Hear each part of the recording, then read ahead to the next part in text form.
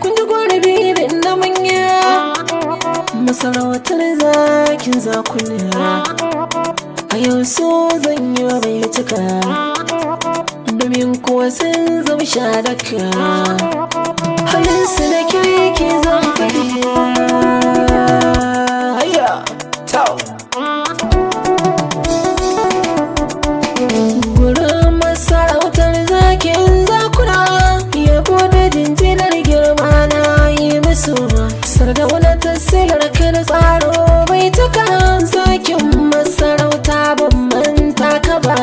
Gurin masarautar zakin zakuna, yabo da jinjinar girma min yi masu.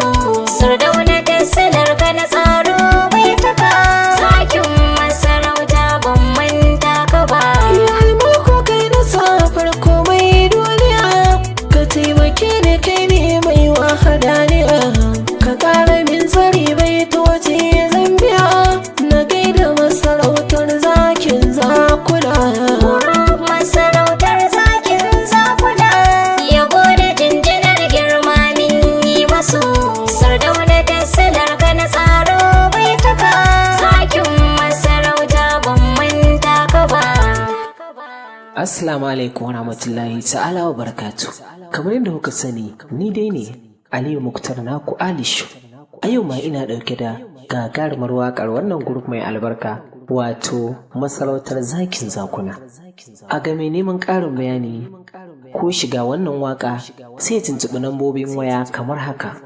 Akwai Ahmad Yaro na kowa +218 916011 ko kuma MS na kowa +227 82566840 ko Sardaunan Zakin na Masarauta +218 923524 akwai Fatima Saudiya +966 569070 ko Bilki Saudiya +966